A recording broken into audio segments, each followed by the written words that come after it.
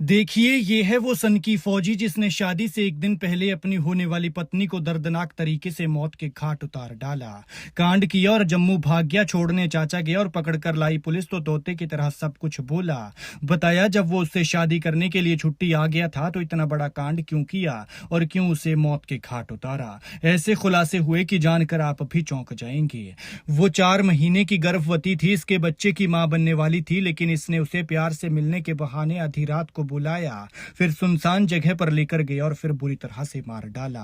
प्यार, सेक्स और धोखा, जिसे जान से ज्यादा प्यार किया, घर वालों को बिना बताए जिससे कोर्ट मैरिज की और जिसके साथ जिंदगी बिताने को वो सपने देख रही थी, उसी ने ही उसकी जिंदगी छीन ली और मारा भी ऐसे कि किसी की भी रूह कांप जाए।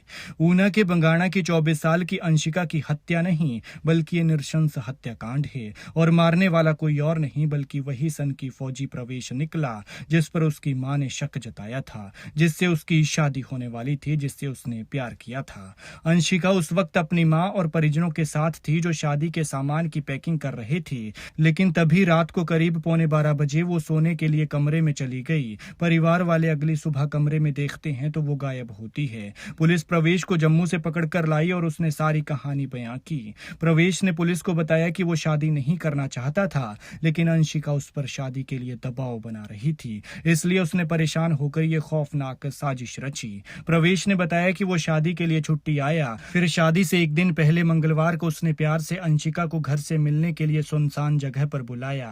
अंशिका भी घर वालों को बिना बताए घर से निकल गई और अगर बताकर आती तो शायद ये नौबत ही नहीं आती। प्रवेश ने अंशिका को मिलने बुलाया तो यहाँ दोनों के बीच बहसबाजी हुई और फिर प्रवेश ने गुस्से में आकर उसका गला घोंट दिया, जिससे उसकी मौके पर ही मौत हो गई। लेकिन उस सनकी का सनकपन यही नहीं थमा। इसके बाद उसने अंशिका को झाड़ियों में फेंक दिया और आग लगा दी ताकि सबूत न रह सके।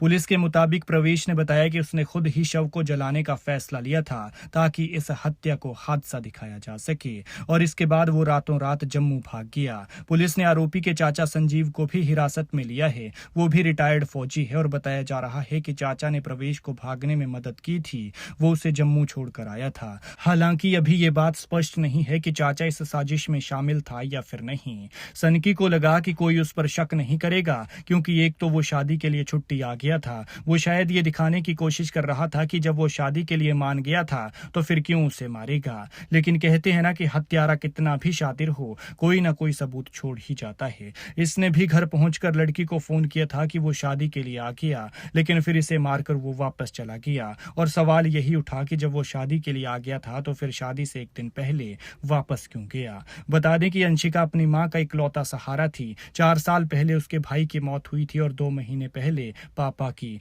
और अब उसकी हत्या हो गई। हालांकि मां ने एक बेटा भी गोद ले रखा है। अंशिका ने 4-5 महीने पहले प्रवेश से कोर्ट मैरिज कर रखी थी और वो 4 महीने की गर्भवती थी और मां को इन सारी बातों का पता पति की मौत के बाद चला, लेकिन परिवार की सहमति के चलते दोनों की पारंपरिक रीति रिवाजों से शादी दोबारा की जा रही थी। लेकिन इस मामले में दूसरा कड़वा सच ये भी है कि बेटी ने 2 इतने बड़े कदम उठा लिए और परिवार को कुछ पता ही नहीं था। एक तो वो गर्भवती थी और दूसरा कोर्ट मैरिज कर रखी थी। अगर परिवार को इन बातों का समय रहते पता होता तो शायद आज वो जिंदा होती। फिलहाल पुलिस ने आरोपी का मेडिकल करवाकर कोर्ट में पेश किया है। इस मामले से जुड़ा हुआ जो भी नया अपडेट आएगा वो आपके साथ साझा किया जाएगा।